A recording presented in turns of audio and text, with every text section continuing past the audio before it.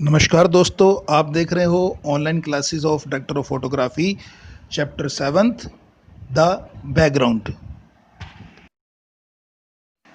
The background background यानी पृष्ठभूमि। जो कुछ विषय के पीछे घटित होता है उससे बहुत ज़्यादा होता है। ये सीधे रूप में कार्यक्रम यानी प्रोग्राम्स की सफलता को प्रभावित करता है, इसलिए इसको ध्यान के साथ डिज़ाइन करने और नियंत्रण करने की ज़रूरत है। The importance of background.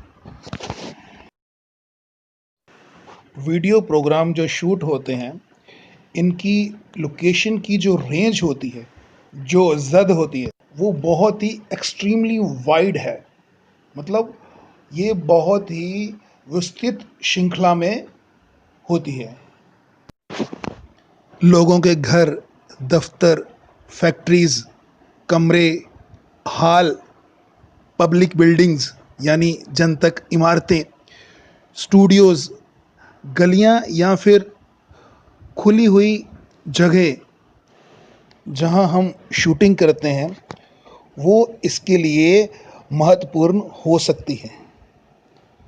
संक्षेप रूप में कॉन्टेक्चुअली रेलेवेंट हो सकती है। जो हम अपनी ऑडियंस, अपने हाजरीन को बताना चाहते हैं, या सिर्फ इत्तेफाकन हो सकता है, मियरली एक्सीडेंटल हो सकता है। कुछ हद तक जो बैकग्राउंड है उसकी जो इम्पोर्टेंस है, उसकी जो महत्ता है, वो निर्देशक पर भी निर्भर करती है। The way the subject is approach, वो रास्ता, वो तरीका, वो ढंग जिससे सब्जेक्ट को अप्रोच किया जा रहा है, पहुंच की जा रही है। वो चुनिंदा शैलियाँ, वो फॉर्म। एक ड्रामेटिक प्ले, एक नाटकीय नाटक सफलतापूर्वक काले पर्दे के आगे पेश किया जा सकता है।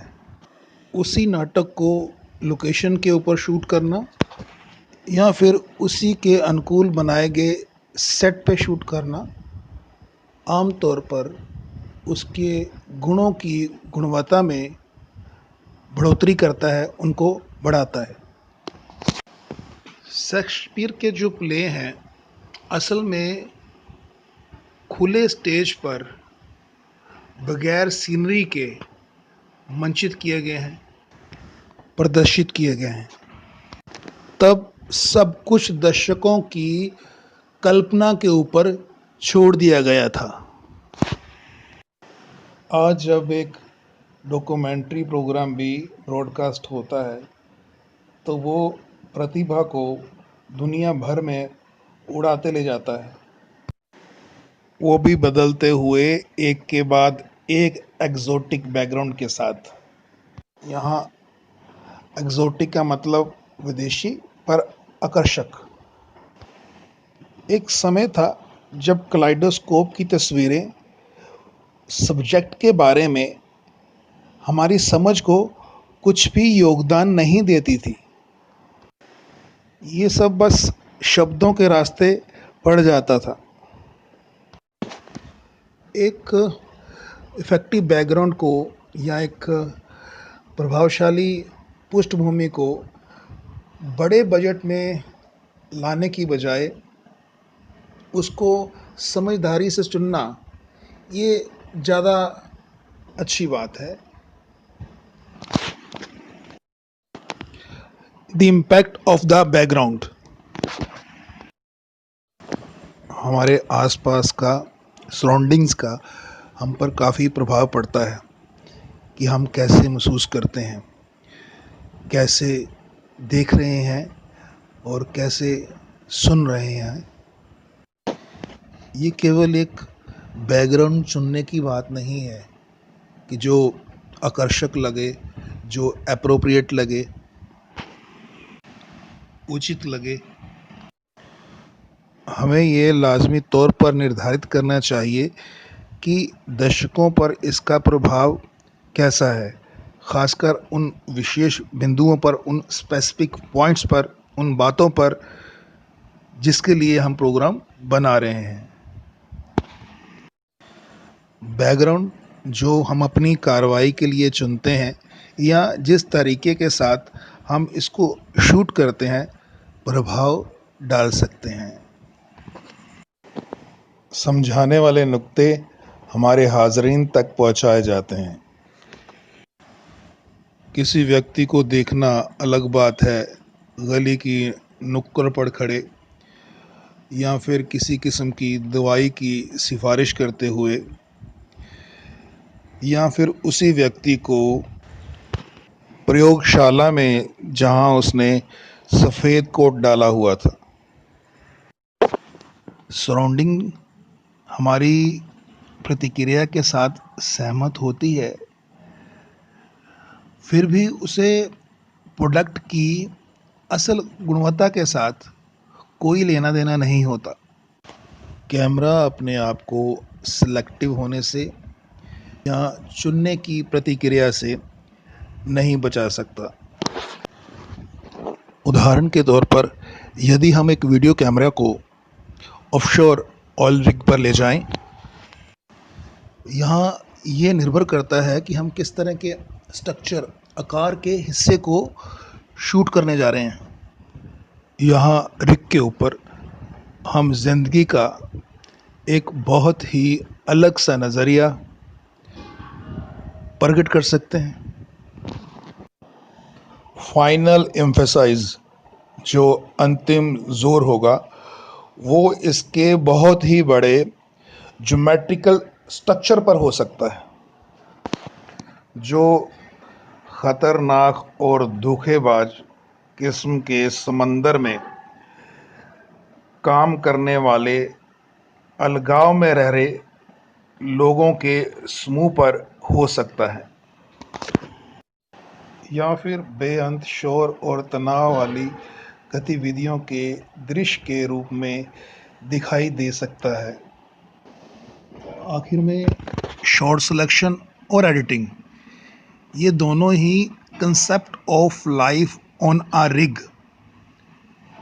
दर्शकों तक पहुंचाएगी, दर्शाएगी। मतलब जो नतीजा आएगा वो वहाँ की ज़िंदगी का फेयर क्रॉस सेक्शन, मतलब निष्पक्ष व्यापक प्रतिनिधित्व करने वाला होगा। या फिर ये ओवर सेलेक्टिव हो सकता है, मतलब किसी एक चीज़ को लेके ही ज़्यादा केंद्रित हो सकता है, जहाँ दूसरी चीज़ों को, दूसरे एस्पेक्ट्स को नज़रअंदाज किया हो सकता है। सबसे ज़्यादा निर्देशक के अपने नज़रिए पर निर्भर करता है। रियल एंड अनरियल बैकग्राउंड, बहुत सारे दर्शक इस बात को लेके चिंतित नहीं होते हैं कि जो बैकग्राउंड है वो रियल है, असल में है, या वो भ्रम है, एक इल्यूज़न है। उनको इस बात की कोई परवाह नहीं होती कि ये रियल लोकेशन है या कंप्यूटराइज्ड है। ये प्रभाव ही है जो गिना जाता है। हालांकि ये याद रखने योग्य बात है कि बैकग्राउंड को कई तरीक़ों के साथ ड्राइव किया जा सकता है, लिया जा सकता है। यूज़ एक्चुअल लोकेशंस, असल में शूटिंग सहारा मारुस्थल में की गई है। यूज़ ऑफ सब्स्टिट्यूट, बदल का इस्तेमाल, एक्शन को एक सुविधाजनक जगह पर शूट किया गया है जो पूरी तरह सहारा मारुस्थल के हिस्से की तरह दिखाई देता है। Use of a set, set का इस्तेमाल, एक्शन को स्टूडियो में शूट किया गया है जो असल चीज़ के साथ मैच करता है, कि जैसा है, मेल खाता है, उसको वैसा बनाया गया है। सुजेस्टेड लोकेशंस, निर्धारित स्थान, कैमरा एफिल टावर के लोकेशन शॉट को दिखाता है, जो जो कि एक स्टिल फोटोग्राफ का हिस्सा है। एक ईंट की दीवार के विरुद्ध खड़े किसी के शॉट का इंटरकट। ट्रैफिक आवाजाही के साउंड इफेक्ट के लिए, ध्वनि प्रवाह के लिए या और जो इसके अलावा साउंड इफेक्ट है उसके लिए धन्यवाद, जिसके कारण दर्शक ये मानता है कि ये एक्शन पेरिस के बीच में शूट किया गया है। साइक्लोरामा। साइक्लोरामा एक आम उद्देश्य वाला पर्दा है जो डिटेललेस बैकग्राउंड के तौर पर काम करता है। ये नेचुरल हो सकता है, निरपक्ष हो सकता है और इसके अलावा ये कलर्ड यानी रंगों वाली लाइटों वाला हो सकता है। फिर ये बिना रोशनी वाला यानी काला हो सकता है, या फिर वीडियो को एक नीले साइक्लोरामा में भी शामिल किया जा सकता है। इस तस्वीर के जैसे एक वर्चुअल सेट प्रदान करता है। याद रखें कि ये एक दीवार और एक फर्श के बीच का फ़र्क है, क्योंकि कॉर्नर्स को प्रकाशित करना मुश्किल है और ये कोने जैसे दिखाई देते हैं। साइक का इस्तेमाल इसलिए किया जाता है कि इनको एक प्रभावशाली वर्चुअल सेट के तौर पर ट्रीट किया जाए, जाना जाए, माना जाए। Virtual sets. वर्चुअल सेट्स का इस्तेमाल बढ़ाया जा रहा है।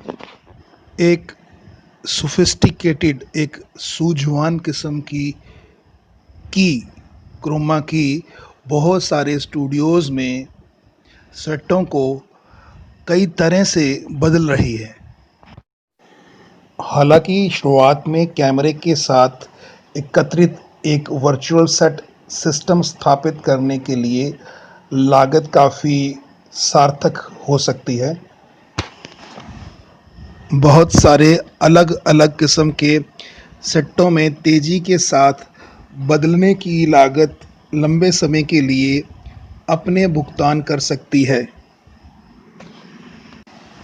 स्टूडियो स्पेस की ज़रूरतें व निर्माण के समय इन सेटों के इस्तेमाल के साथ कम हुए हैं।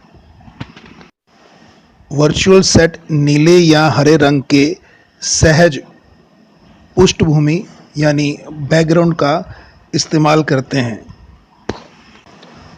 और क्रोमा की कंप्यूटर द्वारा तैयार की गई शीट को सीन में दर्शाती है। ज़्यादातर वर्चुअल सेट एम्प्लॉय एक सोफिस्टिकेटेड ट्रैकिंग कंप्यूटर सॉफ्टवेयर को लगाते हैं जो कैमरे की हरकतों पर निगरानी रखता है, जिससे जूम, टिल्ट्स, पैन या कोई और मूव किसी और तरीके के साथ चलता हो और जिसके अनुसार फिर जो अपना बैकग्राउंड है वो मूव करती है। इस सिस्टम में जैसे ही शॉट बदलता है, बैकग्राउंड ऑटोमेटिकली बदल जाती है। बैकग्राउंड आकार और कोण बदल के, एंगल बदल के असल सेट की नकल करती है। कुछ virtual set systems global position system यानी जीपीएस यूनिट का कैमरे के ऊपर इस्तेमाल करते हैं, जो कि एक ब्लू क्रोमा की बैकड्रॉप पर एक ग्रिड के साथ जुड़ा हुआ होता है, जिससे जो कैमरे की पोजीशन है वो एस्टेब्लिश हो जाए, मतलब कैमरा स्थापित हो जाए और जिससे जो करेक्ट बैकग्राउंड इमेज है वो इंसर्ट होकर मिले।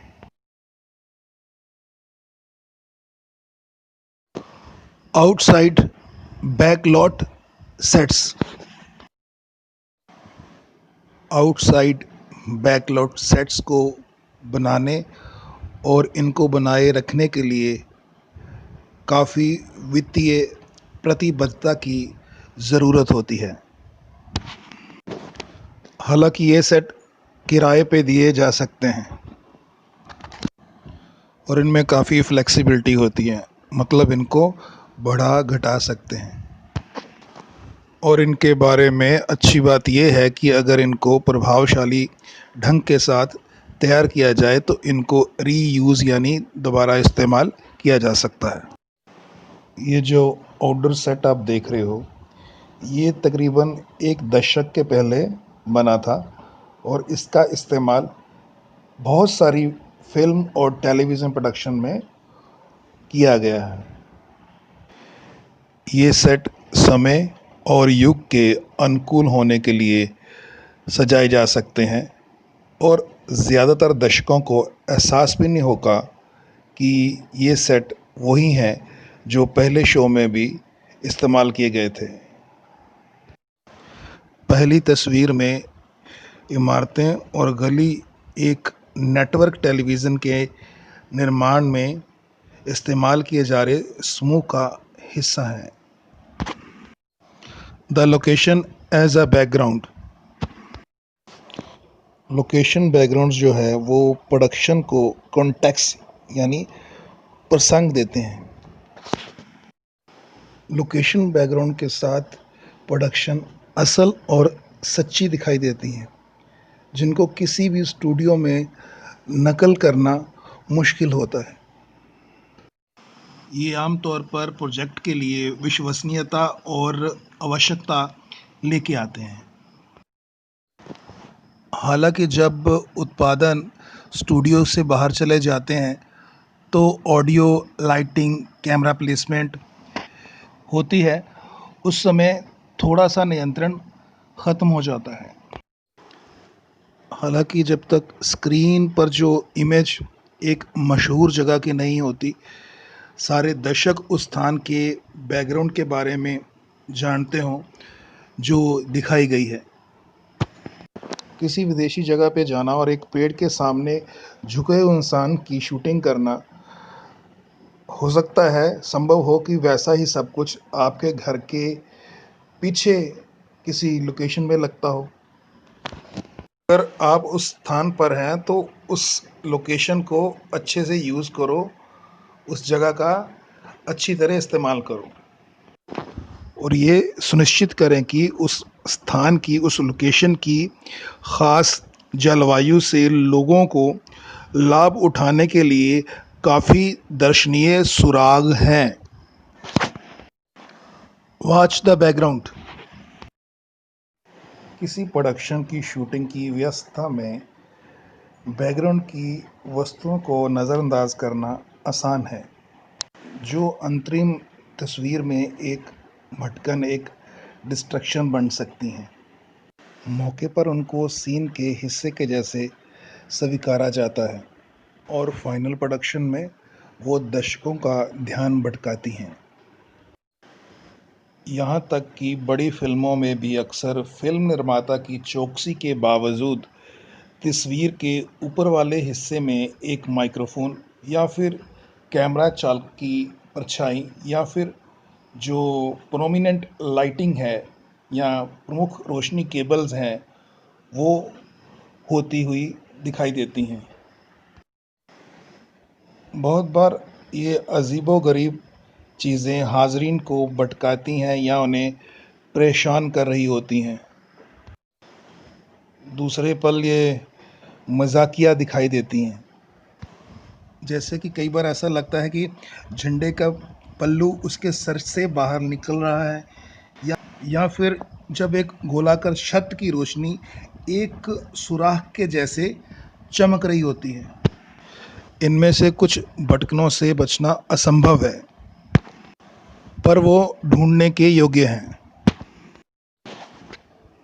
इनमें से ऐसे कुछ गेफ्स हैं, कुछ चूक हैं, कुछ गलतियां हैं जो याद दिलाने के लायक हैं, जो इमेज को ख़राब कर सकती हैं।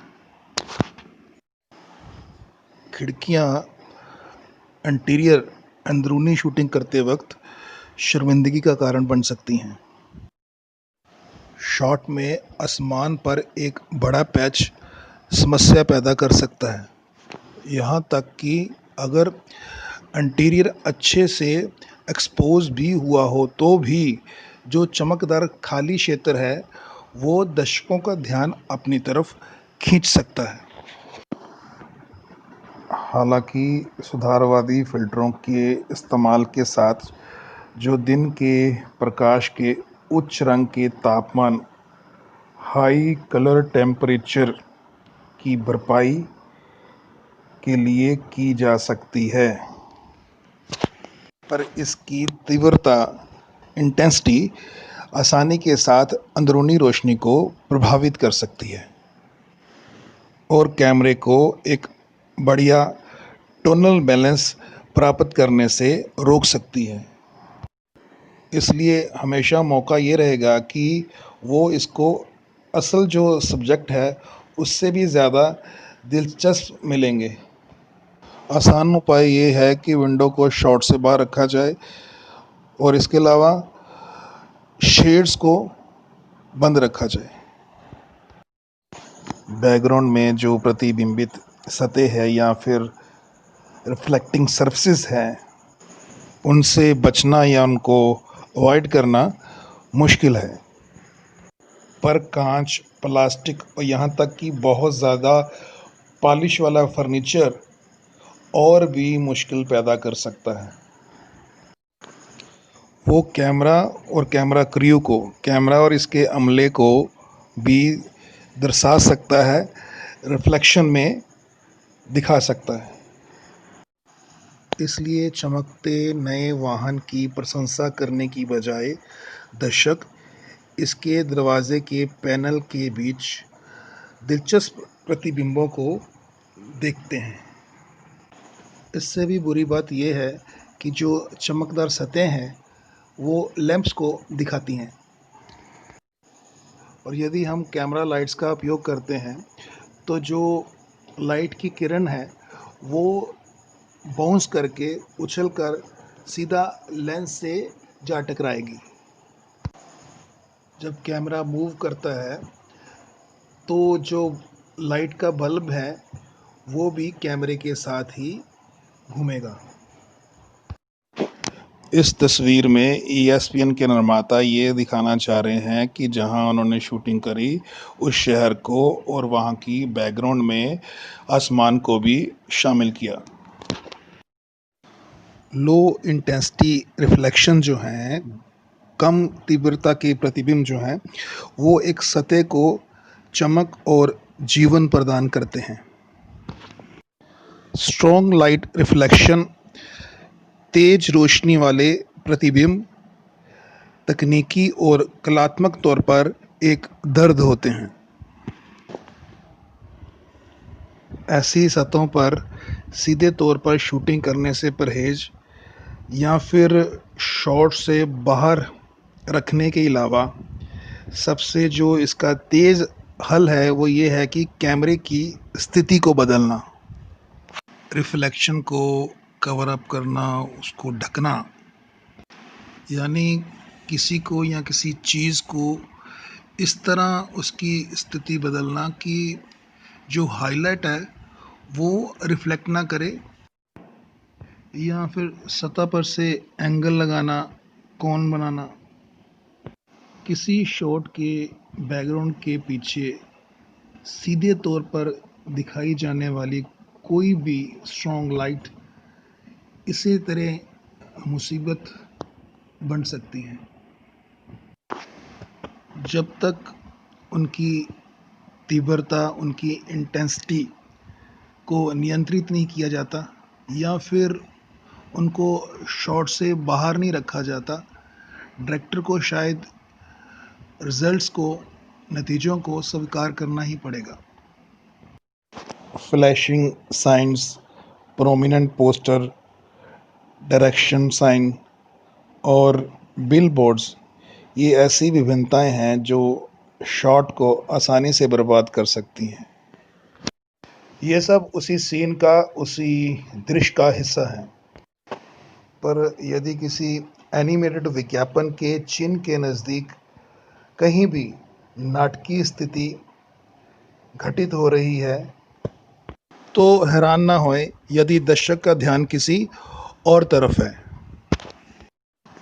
फिर चाहे आप एक व्यस्त जगह पर शूटिंग कर रहे हो तो भी अक्सर वहाँ एक शांत नुक्कड़ को ढूंढना संभव होता है जहाँ बहुत ज़्यादा रुकावटें नहीं होती। दरवाज़े को और एक कोई ऐसी लोकेशन जिसमें से होकर रास्ता निकले, ऐसी चीज़ों को बैकग्राउंड में ना रखें। और ऐसी जगह जहाँ लोगों की धारा लगातार बदल रही हो, ऐसी जगह को भी बैकग्राउंड में ना रखें। लोग जो कैमरे में घूर रहे हों या मूक दर्शक बन हाथ हिला रहे हों, ऐसी जो मुश्किलें हैं अक्सर आती रहती हैं। बहुत ज़्यादा कुछ करने से अच्छा ये है, कम से कम हम ये कर सकते हैं कि इन सभी चीज़ों को शॉट से दूर रखा जाए। कैमरा हाइट, कैमरे की हाइट से, उसकी ऊंचाई से ये बात पर महत्वपूर्ण प्रभाव पड़ता है कि शॉट में कितना दृश्य देखने के योग्य है। लोअर पॉइंट ऑफ व्यू से, नीचे के नज़रिए से, जो मिड ग्राउंड है, मध्य भूमि का जो हिस्सा है वो कम दिखाई देता है और तस्वीर में जगह और भूमि की भावना को कम करता है। मतलब स्पेस एंड डिस्टेंस का फील कम आता है। कैमरे के नज़दीक की चीज़ें प्रोमिनेंट या ओवर प्रोमिनेंट हो जाती हैं। मतलब कैमरे के नज़दीक की चीज़ें बड़ी या बहुत ही ज़्यादा बड़ी नज़र आती हैं। यहाँ तक कि आसपास की छोटी छोटी चीज़ें भी शॉट को अस्पष्ट कर सकती हैं और कैमरे को सिर्फ एक ही रोशनी में उभारें, ऐसा होगा नहीं। इन रुकावटों से, इन ऑब्स्ट्रक्शन से शूट करें पर दर्शकों को ये पता ही नहीं चलेगा कि वो है कहाँ। जैसे ही कैमरे की ऊंचाई बढ़ती है, जो मिडिल ग्राउंड है, बीच वाली भूमि है, उसका ज़्यादा हिस्सा सामने आता है। देखें, दर्शकों को ज़्यादा स्पेस एंड डिस्टेंस, जगह और दूरी का ज़्यादा अच्छा प्रभाव मिलता है। हालांकि जब सीन को हाई एंगल से शूट किया जाता है या ओवरहेड शॉट्स का इस्तेमाल किया जाता है तो दर्शक ये महसूस नहीं करते कि वो किस जगह के अंदर हैं। वो अपने आप को नीचे देखेंगे बजाय इसके कि वो मुआयना करें। ज़्यादातर समय ऐसा ही रहेगा जब निर्देशक बैकग्राउंड को बदलने के योग्य होंगे, जिससे एक संभव दृश्य को प्राप्त किया जा सके। इसको दोबारा डिप्लोमेटिक तौर पर या कूटनीतिक तौर पर ही किया जा सकता है। पर यदि ये मेज़बान का विश्वास प्राप्त कर लेता है और डायरेक्टर जानता है कि वो क्या कर रहा है, तो ज़्यादा मुश्किल नहीं होनी चाहिए। साधारण तब्दीलियों में सबसे आम तौर पर वहीं घूमना शामिल होता है जो पहले ही वहाँ है। साधारण तब्दीलियों में से ये है कि उन्हीं को लेकर चलना जो वहाँ मौजूद हों, जिससे कि जो अननेसेसरली डिस्ट्रक्शंस हैं या अनवांटेड इफ़ेक्ट्स हैं, अनचाहे जो रुकावटें हैं या प्रभाव हैं, उनसे बचा जा सके। जैसे तस्वीर में ग्लेयर का आना। बैकग्राउंड को देखना इसलिए भी महत्वपूर्ण है क्योंकि इससे ये इंश्योर किया जा सकता है, ये पक्का किया जा सकता है कि कोई चीज़ टैलेंट के सर से तो नहीं उगती हुई नज़र आ रही है, या फिर इस पर संतुलन को बनाए रखना। और जो कोई भी सर के मध्य या उसके पार से लंबकारी या खितिजी रेखाएं तो नहीं काट रही, मतलब वर्टिकल या हॉरिजॉन्टल लाइन तो नहीं दिख रही वहाँ से कोई। ये जो विजुअल हादसे हैं ये तस्वीर को प्रतिबिंबित या हंसी का पात्र बना सकते हैं, मतलब उसको कॉन्ट्रीव्ड और कॉमिक बना सकते हैं। ये लोगों के घर हैं जिनको आराम से रहने के लिए तैयार किया गया है, उनको टेलीविज़न के लिए तैयार नहीं किया गया। इसलिए जब भी हम किसी घर में कैमरे को लेके जाएं शूटिंग के लिए, तो वहाँ कुछ ऐसी चीज़ें जैसे मूवेबल फर्नीचर हो और दीवार पे लटकाने के लिए तस्वीरें और गलीचा, उसके बाद कुछ ऐसा सब कुछ जिससे ये लगे कि उसको टेलीविज़न के लिए शूट किया जा सके, एक इमेज क्रिएट की जा सके। अल्टरिंग द बैकग्राउंड, जैसा कि पहले भी बताया गया है कि टेलीविज़न के कमरे की जो लुक है, जो दिख है कि वो कैसे दिखाई देगा, उसको सुधारने के लिए बैकग्राउंड को बदलने की ज़रूरत होती है। यहाँ पर ऐसे बहुत सारे तेज़, सस्ते, साधारण कदम हैं जिनसे आप कैमरे के लिए जो बैकग्राउंड है उसको अनुकूल बना सकते हो।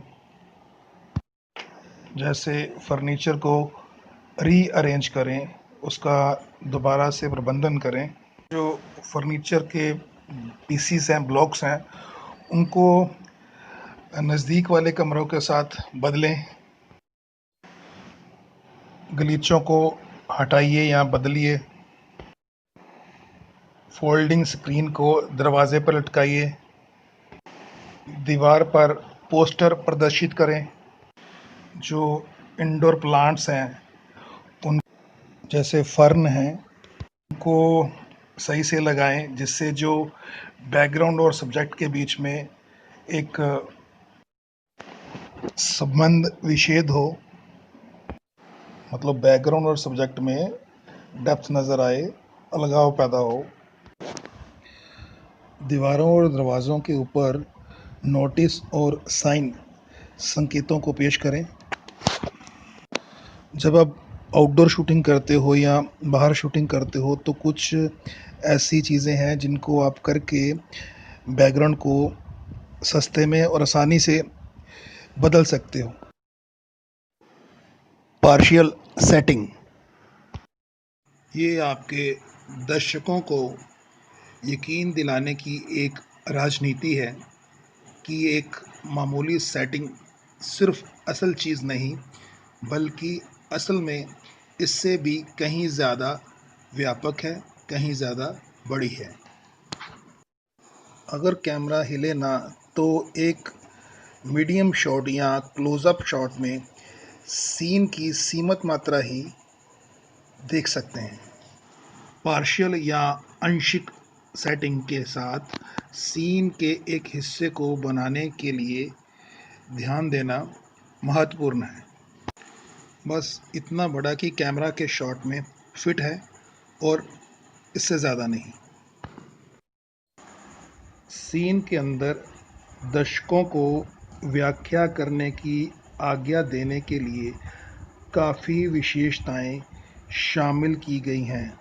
जहां कार्रवाई होनी चाहिए, जहां एक्शन होने वाला है वहां। इस विचार को अंडर एस्टिमेट ना करें, उसे कम ना आंकें। ये कई सालों से फिल्म और टेलीविज़न में सफलतापूर्वक इस्तेमाल की जा रही है।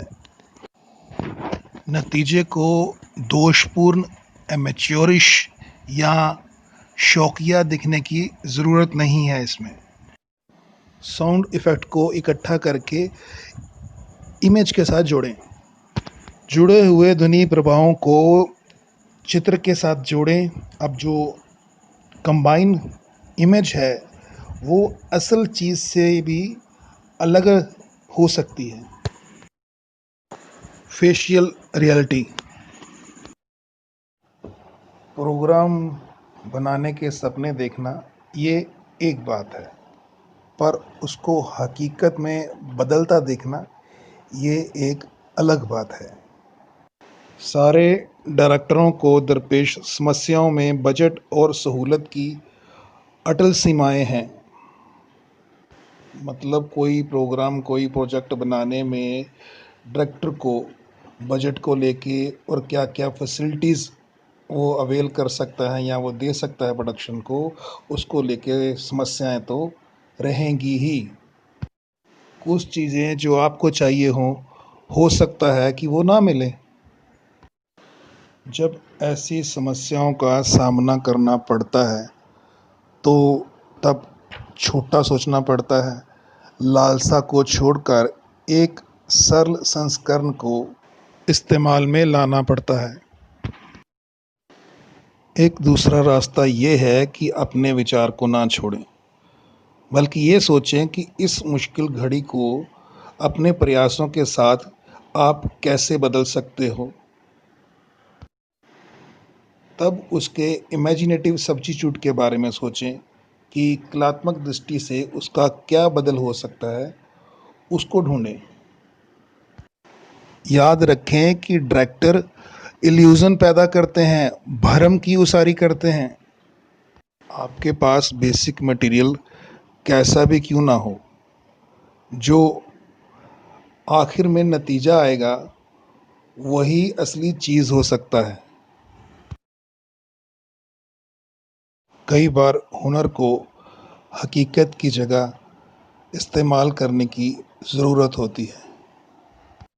यहाँ दिखाए जा रहे सेट की जगह एक फायर पैलेस की ज़रूरत थी, पर एक ख़ास स्थिति में इमारत में काम करने के लिए फायर पैलेस को रखना असंभव था और गर्मी भी एक समस्या होगी। इसलिए आग की जगह बनाने के लिए फायर पैलेस के अंदर एक एचडी मॉनिटर, आग की वीडियो वाला, इस्तेमाल में लाया गया था।